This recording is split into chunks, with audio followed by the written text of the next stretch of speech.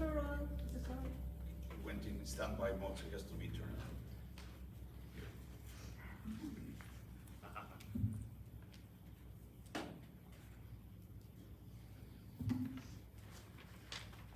Thank you, Arturo, William, and Rick. Let's give them a hand.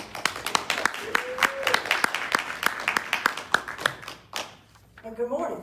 Good morning. It's good to see everybody. Yes, ma'am.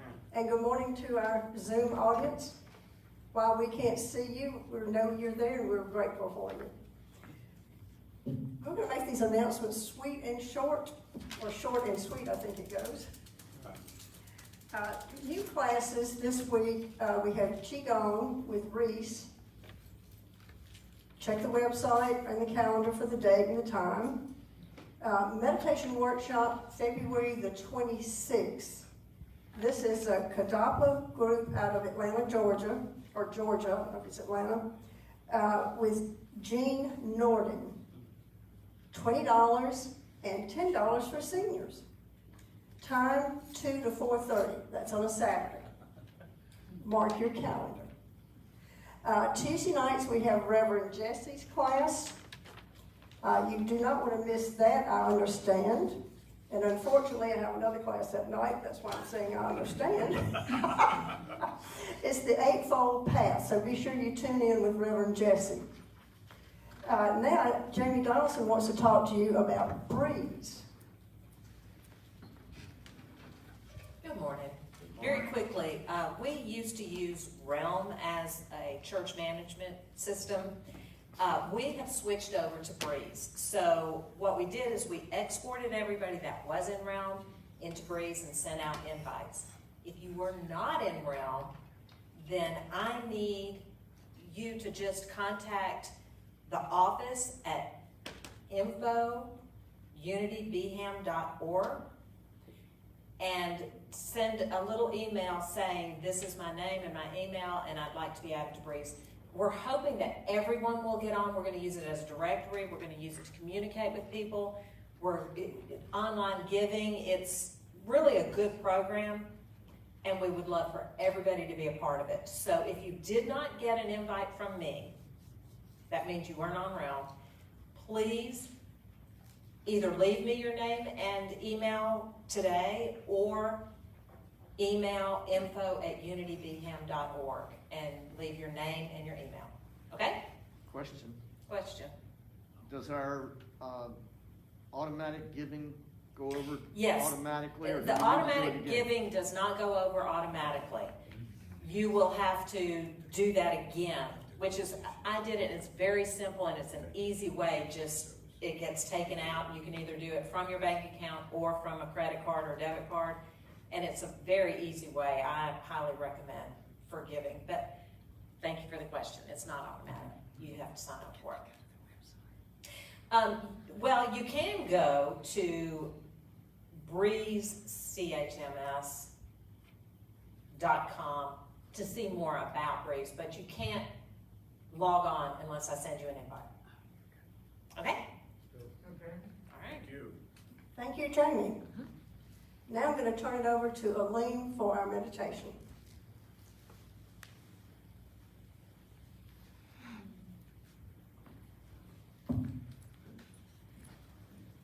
Good morning, beauties. So, I want to do something a little different this morning. I want to take you on a bit of a journey. I want to do something a little different this morning. I want to take you on a bit of a journey. So let's just begin by taking a deep breath and letting out a great big sigh.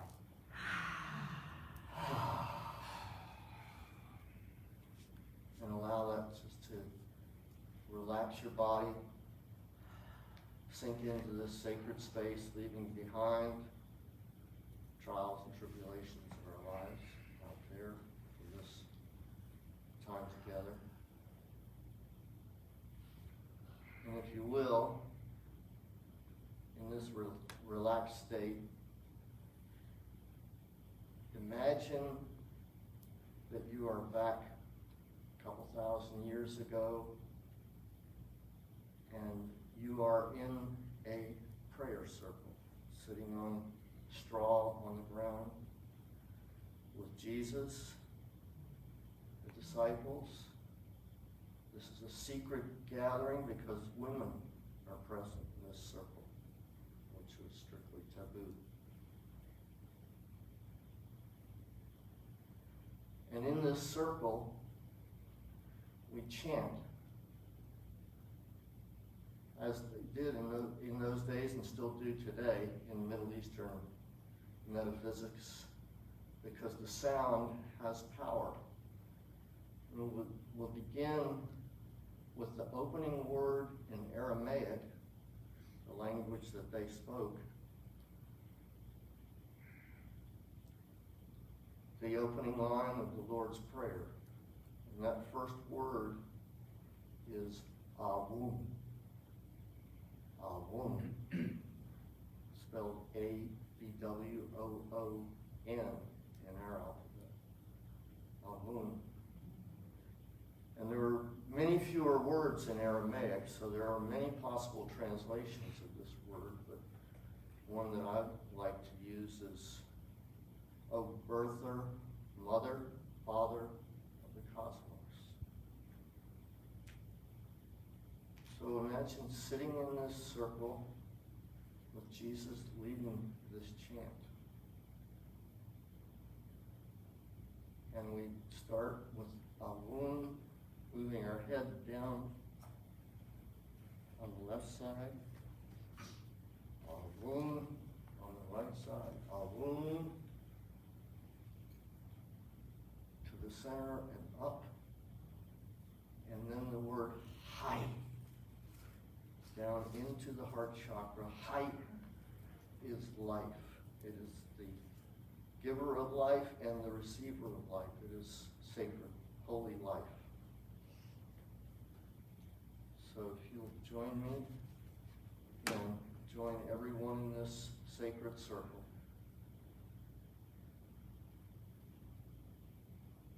Avun. Avun. Avun. Hai. Avun. Avun. Avun. Hai. Avun. Avun. Avun. Hai. Avun. Avun. Avun. Hai. Avun. Avun. Avun. Hai. Avun. Avun. Avun. Hai. Avun. Avun. Avun. Hai. Avun. Avun. Avun. Hai. Avun. Avun. Avun. Hai.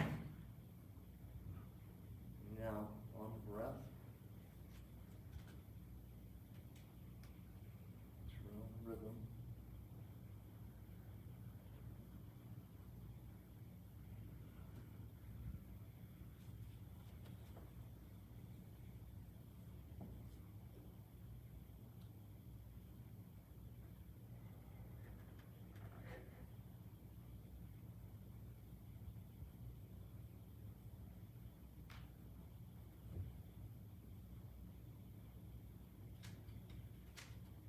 Now just hold that space in silence.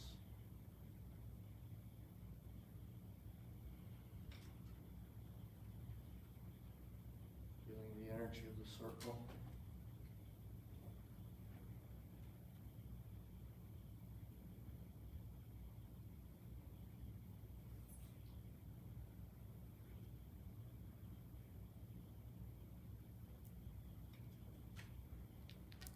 And we'll end by saying the name for God, the divine, the one, in Aramaic. Allah. Allow this to resonate in your heart chakra. Allah. Allah. Allah. Allah.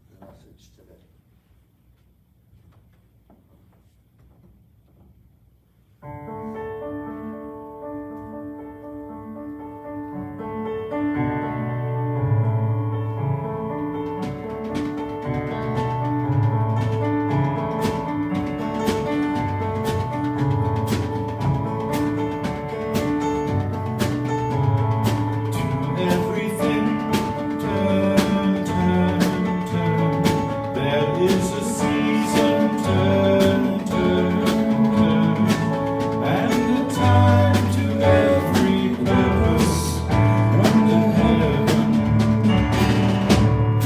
A time to be born, a time to die, a time to plant, a time to reap, a time to kill, a time to heal, a time to laugh, a time to weep.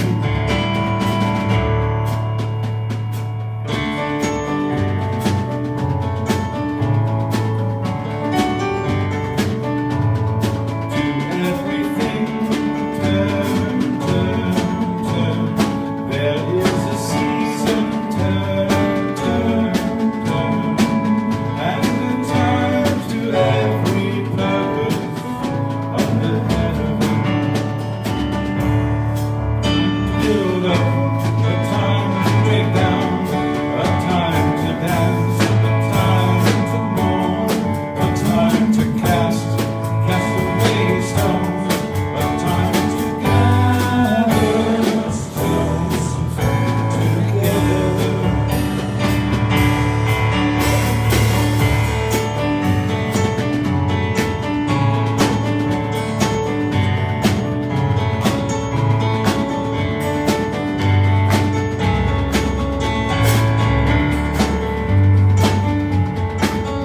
Everything, turn, turn, turn. There is a season, turn, turn, turn, and a time to every purpose under heaven. To everything, turn, turn, turn. There is a season, turn, turn, turn, and a time to every purpose under heaven. And a time to every purpose under heaven.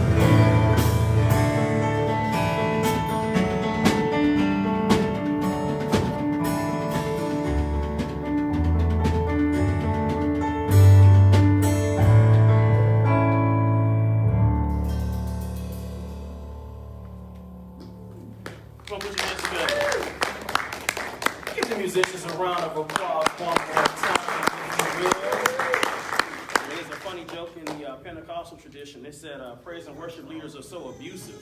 They yell at you and tell you to get on your feet, put your hands together. But we're grateful for our musicians. It's on standby. Hello. I'll give you the battery. Okay. In the meantime, good morning, everybody, and good morning to you out there that are watching on Facebook streaming. It's a blessing to see you here, and you're also part of our streaming community as well. In fact, you're part of our community in general, whether you are in person or virtual. So do me a favor, put our hands together for our virtual community as well. And while you guys are participating in this service, feel free to sing along if you're watching online, and feel free to type amen in the chat if you're feeling what I'm saying, because I believe that we do get out what we put into our experiences. And the beautiful thing about spiritual community is that whether you believe it or not, you're not here on accident. I love to tell folks that I prayed for you to be here. I sent out a signal based on my own needs and the desires of my own heart. And very mystically, as Brother Alim led us to feel, that sound and that vibration and that frequency called all of you guys here. Power is in randomness. Like when you think about it and you allow your mind just to, the likelihood of all of these different people from all of our different walks of life being assembled together under the sound of one voice, one vision, one unification, one purpose, one need, one love. It's an amazing thing, don't you think? Yeah. The old folks used to say that God, Spirit, Allah, works in mysterious ways. And if I can piggyback off of that meditation, you stirred up something in me this morning. That sound, Allah. Everybody say Allah. Allah. Like the beginning of that Aramaic Lord's Prayer, don't beat me up. You know, that it's that in the end of it. Is a divine sound. Everybody say We say whenever we're experiencing pleasure. For me, is the sound of the Sacred Mother. We say Om. Everybody say Om. Very masculine sound, but we say more than we say Om. Jesus, Buddha, Krishna. It's an old revelation. I heard it growing up. I can't take credit for it, but all of the mystical names and all of the names in creation have that sound in it. And it's a very beautiful thing, because whether we realize it or not, when there are sacred scripture or sacred mantra that says, let everything that hath breath praise ye the Lord, there is something that happens almost naturally when I speak. There's a divine sound that comes out of my mouth, which is why we were taught growing up to be careful of the words you speak, because life and death rests in the power of the tongue. In fact, that's why we call it spelling words. Everybody say spelling. Because when you're talking, you're casting a spell. You're creating the energy. You're pulling people in. Because see, conversation is only one way for a mind to connect with another mind. But think about it mystically, for example, how powerful conversation is. Through words, things that are invisible, I'm able to take what's in me, the innermost parts of me, that which in me is divine, and connect it with you. We can connect heart to heart through this invisible string that we call words. So it's important to be conscious of what we are spelling and crafting and creating. Any crafters in the house? Folks are like, no, we're in the South. Don't say that word craft. Don't do that. That's not what we do in churches. We're not crafting there. The only craft I craft is mac and cheese. but it's a beautiful thing to rest in the mysticism of the divine, to understand your divine nature. And sound is a very unique way. In fact, me and the mother in the back were talking about that this morning, about sound and music and how it unifies all of us, even if we don't necessarily speak the same language. Because sound is another form of learning. You cannot understand a thing, but sit under the sound of it and your body absorbs it. There's a wonderful mantra in the Old Testament that says that he that dwelleth in the secret place of the Most High shall abide under the shadow of the Almighty. Sitting in the dark. Anybody ever sat in the dark before? Amen. In fact, that's what I want to talk about today. I want to talk today about the places that scare us. Because the places that scare us require a different kind of intelligence. See, you can't grasp, I think I feel myself now. You can't grasp this with your mind. When you are feeling something, or when you're in the dark, you got to feel your way through. See, I can see my way through in the daytime, but it requires a different faculty when it's nighttime. I feel my way in the dark, and I see my way during the light. Anybody in the dark right now? The dark is scary. It's scary. Everything in the dark is triggering. Sounds and noises. We don't know if it's a good noise or a bad noise, and things from our past comes up. But the dark is also the secret place of the Most High. So right in that experience of confusion, or right in the moment where you think things are going bad, that's when God sometimes does its best work. When you can't see. Tell your neighbor, when you can't see.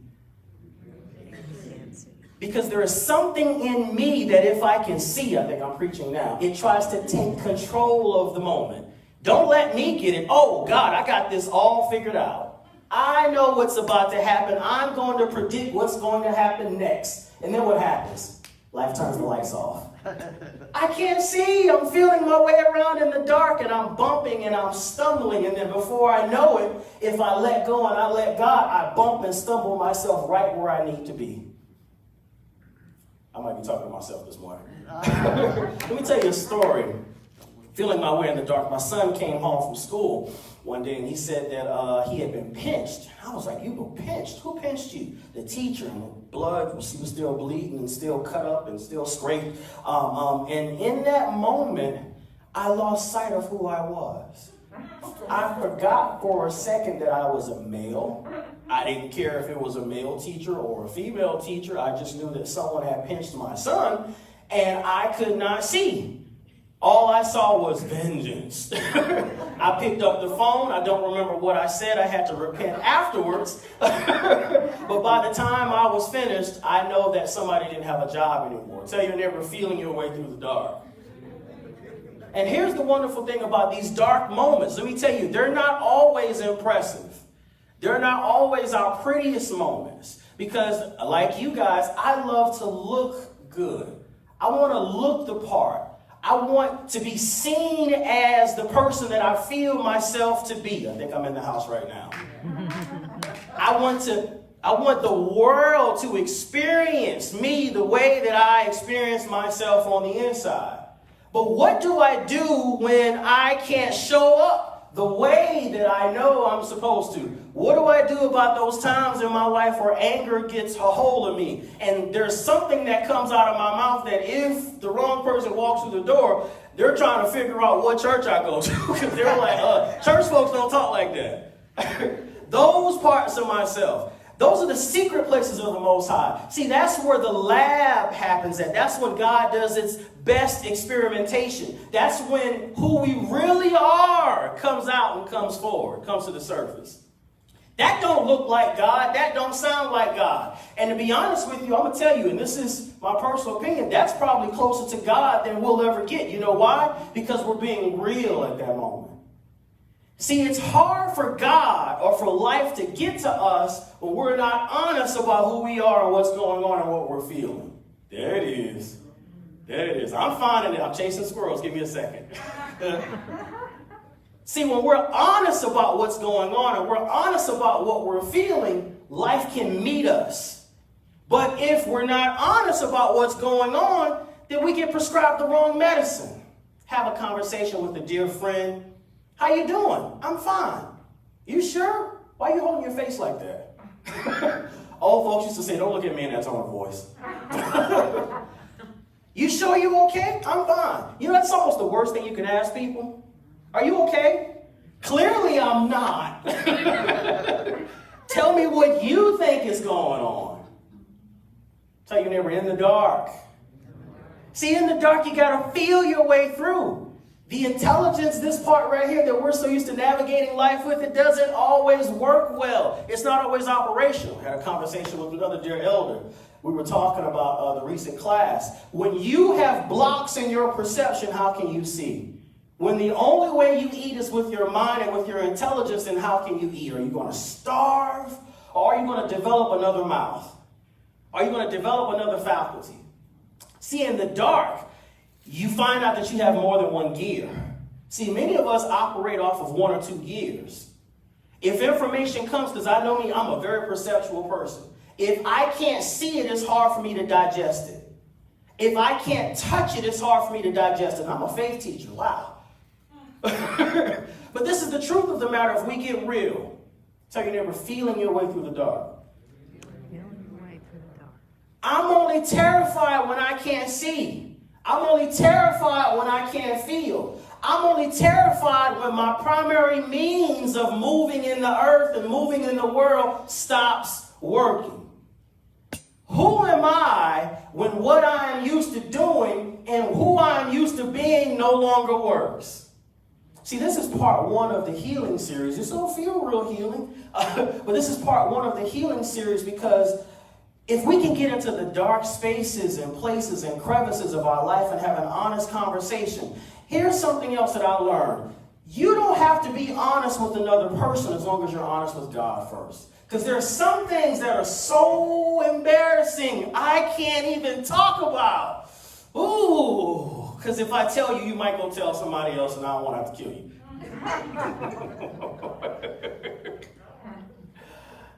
When you are feeling your way through the dark, when those lights come off, Teddy Pendergrass, turn off the lights. Don't even light a candle. Just keep the lights off because you don't want to see this. This is ugly. See, this is the part of me that oozes out of my system. This is the part of me that I try to hold together and put nice clothes on top of. This is the part of me that I put makeup on top of, that I put hair grease on top of, that I put smart words and articulate conversations and degrees. But who am I underneath all of those things? You know, the last thing to leave, according to Ram Dass, is the spiritual ego. Life is a constant state of shedding and letting go and letting go and letting go. So the last thing that we shed is the spiritual identity. And then we're at one with God. So we do all of this work to arrive at this state of spiritual perfection. You know the problem with perfection? It's stagnant. We chase after perfection and we realize that God is a perfecting agent. This evolutionary impulse that we call God is constantly moving. It's constantly growing. It's constantly evolving. So the wheels are turning. Everything turns. So we are chasing a still point on a wheel that's constantly moving. How can you find it? You can't pinpoint it because it's constantly moving. So we're chasing after perfection. But watch this. Here's how wise life is. While we are chasing after perfection, life is using our ignorance because it's getting us to move. So having a goal is better than not having any at all. Because while I'm moving towards perfection, at least I'm still moving. So I'm growing even though I'm chasing a delusion. Let me give you a real life example. I want the perfect mate. I want the perfect mate.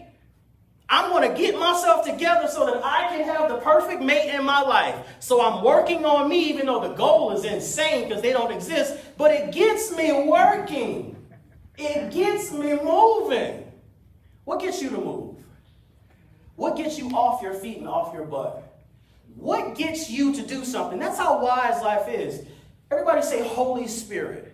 Holy Spirit. The New Testament told us that the Holy Spirit is a comforter. In Greek, it's paraclete. It's an advocate. It's something that goes with you, that helps you, that assists you when you're moving along and you're trying to get on out the way and do things in life. What helps you? What motivates you? What pushes you? What pumps you? What primes you? Because when we get close to that driving force, that impulse, Sigmund Freud said that there are drivers in our unconscious. And when we are not conscious, the goal of life is to make the unconscious conscious. When we're not aware of it, these things push and pull us into all kind of craziness. Neuroses and neurotic tendencies and crazy behaviors come out when we're not aware of what's going on inside. But if I can partner with something positive, if I can find a community of individuals who are on the right track, if I can find some scriptures, some sacred texts, something to help me so that when I can't see, at least I can read with my fingers, then maybe I'll be okay. So in the dark, you can't see because you're not supposed to be able to see. You know why problems bother us so much? Because we're right there in the middle of them. See, when you can't see, it's because you're too close. One of the things that I'm learning is how to take a step back from things. I'll find you guys again. I feel like I'm in the house, but give me a second. I've learned how to take a step back from things. When I get to the point to where I can't see clearly, I know that I'm too close. And the lights being out isn't the only indicator that there's darkness in my mental house. Me being too close creates darkness as well. So I take a step back. In Zen, they call it the backward step in order to gain clarity. Viktor Frankl said that when I separate stimulus and response, consciousness can kick in. Are there any areas in your life where you can't see? Ask yourself, what will happen if I were to take a step back from this? If I were to take a step back from this? No, but I have to be here. I got to make sure it happens. I got to hold this thing together because if I'm not here, it won't get done. No, I got to do this because if I don't do this, it won't get done. What happens if you take a step back? Here's the beautiful thing about problems. Everybody say problems. Problems feed, but they're not entities in and of themselves. See, you are the battery, whether you feel like it or not. You are giving light and supplication and energy to every problem in your life. I'm not saying you cause it, I'm saying you're feeding it.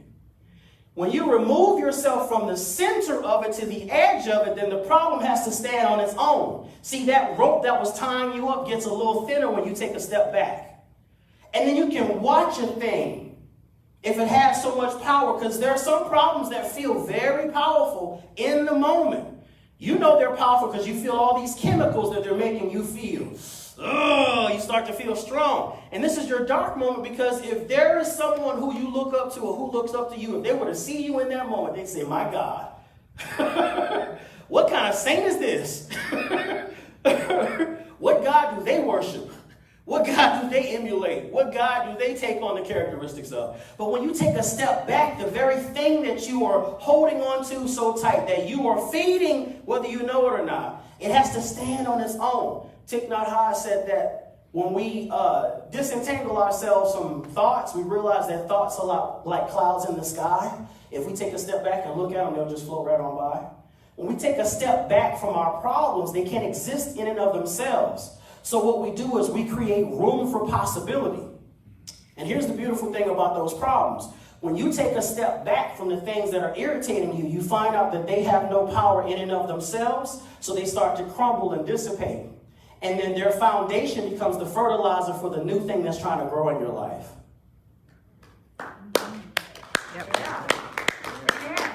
The very thing that's troubling you becomes the fertilizer for the new thing that's trying to, let me say it like this. He can act up, you'll replace him. Let that job act, let me say this one more time. He can act up, you'll replace him. Let me say this one more time. He can act up, you'll replace him. Who's gangster? Who the gangsters are? I know you said, see, you say this in the dark, you don't want to be said in church. Let him act stupid. Men are like buses. You stay there long enough, another one pass right on by and stop. Open the door. That's what my mom used to say. Hi, Miss Glenda. But when you are secure in who you are, the just shall live by faith. We shall walk by faith and not by. One more time. We shall walk by faith and not by. The dark is scary because of what I'm feeling. But when I realize everything that comes up does so in order to be healed, then I realize the darkness that I'm experiencing, I'm back, I'm in the house. The darkness that I'm experiencing is only an indicator of the healing that I'm going through. So if you're looking at me now and I'm in the dark, wait till you see me in the light. See, there is a manifestation. Oh, I feel you. I feel you. I'm not going to say that. There is remind me to catch you in a second. You and your husband. Don't hide your story. Don't hide your shame. Don't hide your guilt. Bring ye all the tithes into the storehouse so that there may be meat in mine house. The very thing that you refuse to give up and let go, which is your story, is the very thing that life wants. See, when you tell someone what you've been through and what you've gone through, see, your shame and your dirt, that's where your wisdom comes in at. See, some of you are looking for wisdom and you're searching for it in books, and it's right there in your heart, in your life experiences. Your wisdom is in that divorce. Uh-oh. Your wisdom is in that bad breakup. Uh-oh. Your wisdom is in that cancer diagnosis. Uh-oh. But this is the antithesis of the healing that I was searching for. Exactly. Exactly. For the wisdom of God is wiser than the foolishness of man. Come on, Bible scholars. I know you all remember that. God works in mysterious ways. The very thing that I don't want to talk about is the thing that God wants me to say yes to. The very thing that I run away from that I don't want to face because it's making me feel all kinds of ways, that's the thing life wants me to run to, Jonah. Let me say that again. The very thing that I'm running away from, that's the thing that life wants me to run to. Where's Jonah at? Who's been running? Who's been running? Oh, we got some track stars in the house. Everywhere you go, there you are. Oh, this is uncomfortable. I'm going to find someplace else to go. I can't do this no more.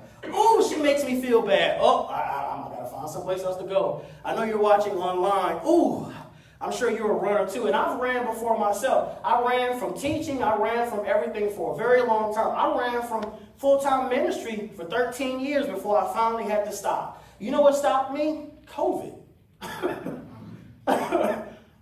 COVID stopped me. And I had a serious conversation about where I was going. That's another reason why we find ourselves in the dark, because we have ran out the light bill. In the Old Testament, there was a story about the prophet Elijah, and I'm almost done. Prophet Elijah was told to go and hang out by a brook, and a raven would sustain him. And after the raven sustained him, then there would be a woman, and so on and so forth. But that sustenance was for a limited period of time. Most of the reason why we get stuck is because we stayed where we were too long. See, God pays the light bill, but only for an extended amount of time.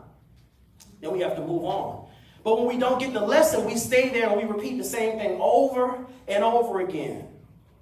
Who's left their mom home before it had to come back and live with them again? It's almost worse. It's like your mom put you out at 18 and you move back in at 27, and now it's worse. I had a better relationship with my mom when I was 18, and 27 you move back in and say, don't do that. You break up with them and then you come back and you get back together with an ex and it's worse than what it was before. Oh God, what is that? Because you didn't get the lesson. See, the lights were on for a limited amount of time, and when the lights go off, you're supposed to leave. You want a sign that you should leave when the lights go out. Who am I talking to today? Somebody's flipping the switch. They're flipping it. I can see you. I feel you in here. Flipping the switch. And nothing's happening. It's because the lights are off. The lights are off. That is an indication that it's time to go. I don't know who I'm talking to. But there's somebody here, that's an indication that it's time to go. So to move on, just because I'm experiencing this, it doesn't mean that there's no hope. Because there's always a ray of sunshine in the end, but we got to get the lesson first. Again, the things that we are ashamed to talk about, believe it or not, that's what life is. Life is doing the majority of the work in our shame. Life is doing the majority of its work in our own life, in our guilt, in our embarrassment, because that's where our lessons come from. My lessons in my own personal life came from my failures and not from my triumphs. Because if I'm triumphant, I don't need God. Can I be honest? Can I say what we're doing? I got this. God, I'm cool. You stay over there. I'll take care of this. And when we get in the dark, it's like, oh, man, what do we do? That's when we yield. That's when we let go. That's when we let go of the way that we did things before. That's when we really fully interpret what's going on. That's when we see the writing on the wall. That's when we know it's like, okay, you know what? How do you know it's time to go? Because this isn't working anymore. Who am I talking to? This isn't working anymore. I can't do this anymore. Somebody had to stand up and walk away. Stand up and stretch. When it's not working, you can tell, because it's everything that you try. It just crumbles. It just crumbles. Is it me? Is it life? I don't know. There's a cloud over my head. I touch this, it breaks down. I touch that, it breaks down. I touch this, it breaks down. What is life saying? Life is saying, hey, trying to get your attention. Listen, Linda. Listen. I'm trying to talk to you, Linda. I'm trying to tell you something. But what are you trying to tell me? I'm trying to tell you to get out of your own way. I'm trying to tell you to slow down because you're moving too fast. And then as soon as you get the lesson, poof, a chakra pops open. Your kundalini arises. You get the quickening like the old folks say. Something breaks through like lightning. Poof. All of a sudden, money starts coming in. What happened? Well, all I did was, and you didn't realize that this was connected to that. See, Myrtle Fillmore, last point, said that there is a difference between healing and a cure. There are some things, and this is a hard truth, so I'm going to say this delicately. There are some things in our life that we will never be cured from. Yeah. And this is very hard for me to say this, but it does not mean that you can't be healed from it. Everybody doesn't get up out of wheelchairs. Doesn't mean that they can't be healed. Because the physical ailment sometimes is a path to God. Ram Dass said that I have smoked everything that you could possibly smoke, did every drug you could possibly do, experienced every psychedelic experience you could possibly have, and none of them beat the experience of closing my eyes and going there directly. But as a result of him trying to shortcut and skip over the direct experience and going there through drugs, he ended up debilitated and in a wheelchair for the latter 20 years part of his life. But when Ram Dass got in that wheelchair, he actually became the saint that he was pretending to be all those years. So sometimes when I find myself in those predicaments, I'm right where God wants me to be. Doesn't mean I deserved it. It just happened. Roshi Joan Halifax said that do not beat yourself up when you find yourself in dark places and spaces. Don't beat yourself up. God didn't intend for that to happen. It's a fact of life. It happened. Doesn't mean that it's the end of my story. It's just a chapter. It's like they tell us as African Americans here in the United States, don't let them begin your month with slavery. Slavery was a stopping point, it wasn't the beginning of our history. See, when you understand who you are and why you are and where you are, no weapon formed against you shall prosper. Physical ailments that are formed as a result of conditioning and environment and accidents, they don't prosper because my physical body might be bent out of shape, but my heart is free. This argument might have you bent out of shape, but inside you're free because you know how to say, that's where you are, I'm going to leave you there. I understand that I can say no to you, and if my no risks me losing my relationship with you, then my relationship was gone in the first place. Hello, somebody. Who's afraid to say no in this room? Miss Peggy's like, I ain't got no problem with that. Not me. I feel, not me. Love Miss Peggy. But when we are feeling our way through the dark, closing, we're not always our best selves. And if while you are in the dark, you don't need folks to look at you, it's okay, sit down a while. But if you're like me and you're not shamed, it's like, hey, I'm real. My humanity is just as divine as my divinity. Because here's the last point. We don't come from oneness and down into the earth. Believe it or not, we come out of the earth back into oneness. Our first womb is our mother. That's why we return here. See, we deify our spirits and we demonize the blood that runs through our veins. And it's the very blood that runs through your veins that's transformed into wine. Notice that Jesus didn't transform wine into water. He transformed water into wine. See, the spiritualization of the human body, that's the test. That's what we're experiencing. But when we fight, we don't get the lesson.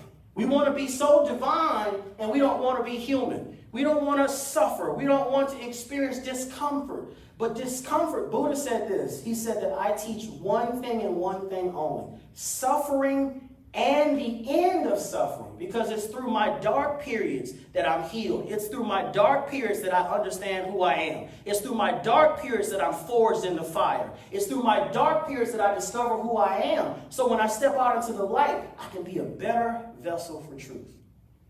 And this is the responsibility that I'm giving to you guys today. Don't run away from your darkness. Embrace your darkness. Because while you are there in that moment, know that life will meet you there. There's a paraclete. There is an assistant. There's an advocate that's both in you, with you, as you, that's experiencing the turmoil that you're going through. So when you do step out of this, when the lights do come back on, you'll be a bigger, better, stronger, meaner version of yourself.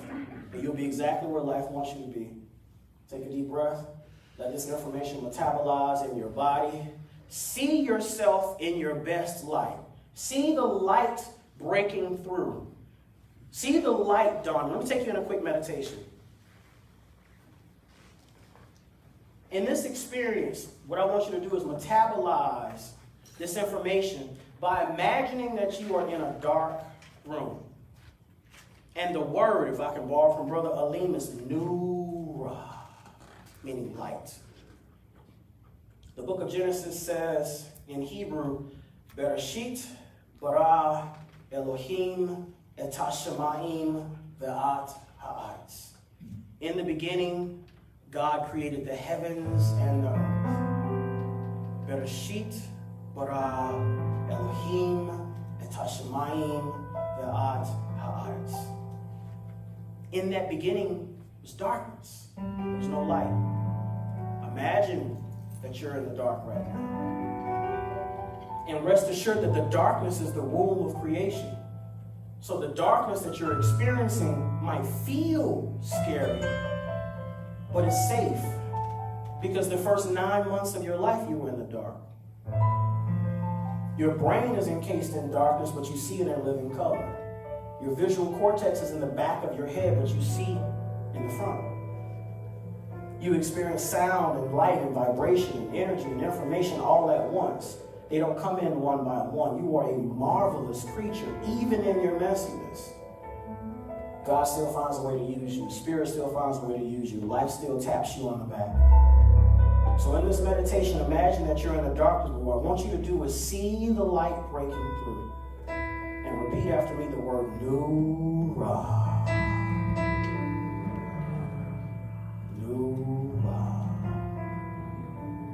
Because one of the amazing things about life is it never leaves us alone. Spirit never leaves us in the dark for long. If we can sit in those spaces and allow the breaking down to happen, allow the decomposition to happen, then the decomposition of the thing that you are afraid of most becomes the fertilizer for your newfound possibility. See, new possibilities can't get into your life and get into your space because you don't have enough room for it. So what's there has to break down first. But my business is failing. It's got to break down in order to build back up. People aren't coming. People have to leave in order for others to come in because they got to make room, make room, make room, make room, make room. In this meditation, make room. I don't know who I'm talking to today. Spirit says, make room, make room. It's failing, my business is failing. Help, help, help, my business is failing. Let it break down. Let go, let go, let go, let go, let go, let go, let go, let go, let go, let go, let go. Spirit says, let go, let go, let go, let go, let go. Brother in the back, Spirit says, let go. I'm not sure what you've been holding on to. I know your wife has a business, but I'm speaking directly to you. Spirit says, let go. Things don't have to work out the way we imagine them to happen. I see you like a husband-like figure, of course, holding up your world. The plans that I have for you, they are good plans, says the Spirit of the Lord. And I want you to know and rest assured that the dark moment that you guys are experiencing in your life, I don't see complete darkness, I see pockets of darkness like we all carry. There are things in your life that you are still chewing on and still trying to figure out, but Spirit says that there is light breaking in. I see your family working on a business together, not just her business, but I see a family business, and I see a series of oh boy. I see a series of businesses. I see businesses dancing around your head. I'm not sure if you're tapping into Airbnb or rental properties or real estate. Is it real estate? What's going on? I'm seeing these businesses dancing around you. I'm seeing construction and people moving around. I'm seeing furniture and beds, furniture and beds, furniture and beds. What's going on? Is it real estate? What you up to, brother? Cryptocurrency. Here's the interesting thing about life. Life works in mysterious ways, man. Let go of how you guys imagined it to work out. Study, get all the information you can, and let go of how you imagine it to work out. And Spirit says, watch my hand. Watch my hand. In this meditation, I want you to let go. Let go, let go, let go, let go, let go. Let go of the way that you imagined you would be taking care of yourself and your family. That's it right there. But I thought I would take care of my family like this. I thought I hit it with this. I thought this would be our bread and butter. I thought this was going to be the way out. I thought this was going to be the next big thing. I thought this was going to be the next big idea. I thought I was going to sell this and make all this money, and then the opposite happens. Just because it didn't work out the way I imagined for it to work out doesn't mean it won't work out. Oh man, while this is here, let me speak to this anointing that's in your belly. And the preacher that you've been running away from, my brother, Spirit is calling you back to ministry. Spirit is calling you back to the pulpit, my brother. I know you've been running away from it for some time, and I know you said you're too old for it, but there is a calling on your life beyond this keyboard.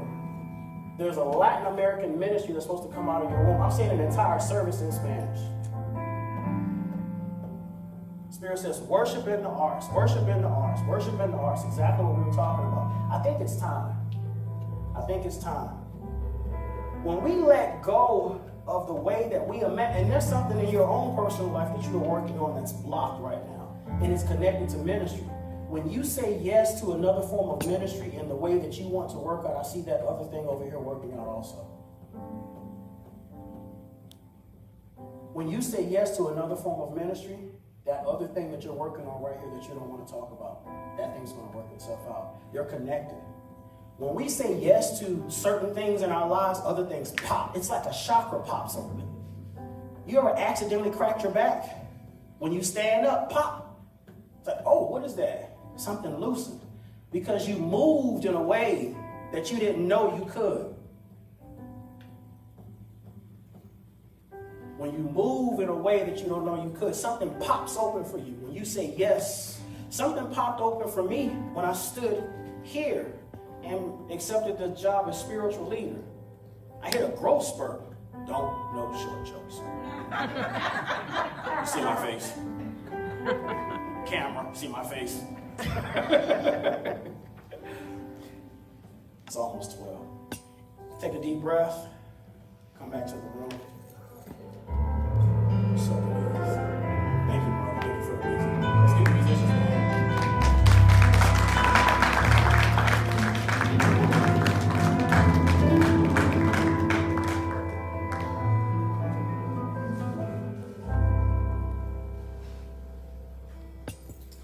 Well, after that, it's hard to know what you're supposed to say, do, or anything else, isn't it? But it's this time, if you'll take your offering in your hands, hold it in both hands, and feel the energy of your offering as we repeat together. Divine love, through me, blesses and multiplies all that I have, all that I give, all that I receive. I give in love and I trust God, and so it is. The offering bowls are in the back of the room, and there's also one in the lobby. Do not put your offering back in your pocket and go to your car.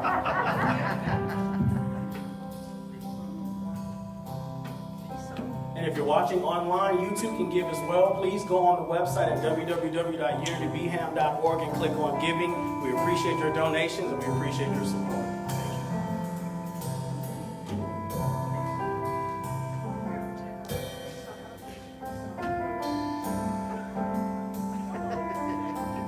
Let's please stand together and prepare to sing the peace song, which won't be led by me, it's going to be led by all of us together. Take it away, William.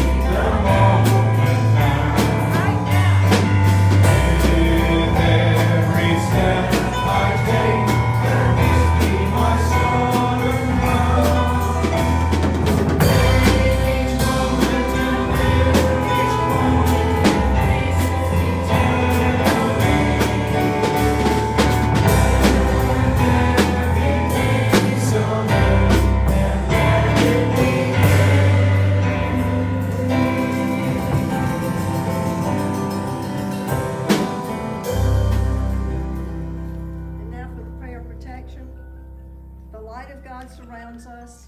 I am the light of God. The love of God enfolds us. I am the love of God. The power of God protects us. I am the power of God. The presence of God watches over us. I am the presence of God. Wherever we are, God is. Wherever I am, God is, and all is well. Well, for those of you that were not here last Sunday, there's a photo by our in-house photographer, Dory Boyd, for Jessie, and she's had it matted, and if you didn't get to sign it last week, please sign the mat. Thank you.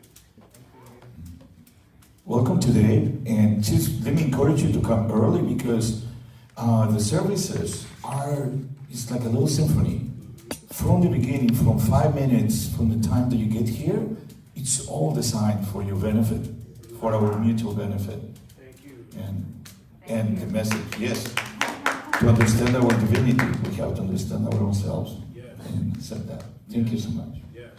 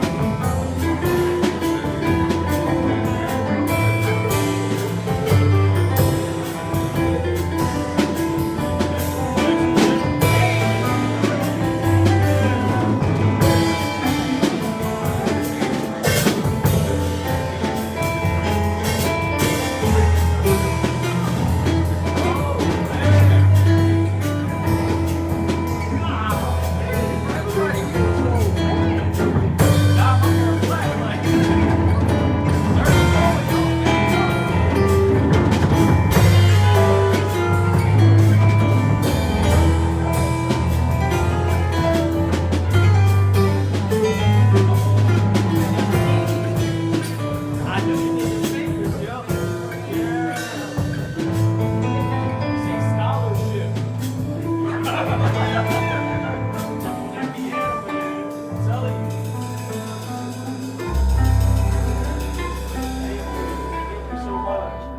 Yeah, at first you came in, I was like, oh yeah. Because I started getting the woos, and I'm like, wait a minute, okay, let me block out what I know about her, and I saw here. Because I was going to tag you, but I was like, nah, that's too easy, because I know you. Let me get him. But yeah, I just see businesses all around you.